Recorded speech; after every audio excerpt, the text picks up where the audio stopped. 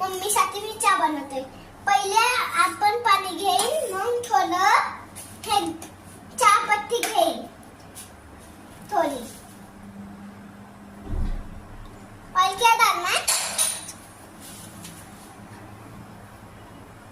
हाँ बोल. अभी काय टाकलंय ते? साखर. सगळी टाकायची.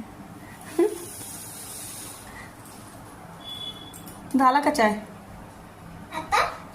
आता काय तू बनवते काय? 10 मिनिटं मग आता चहा होईल. मग आपण परत ह्याच्यात साखरच्या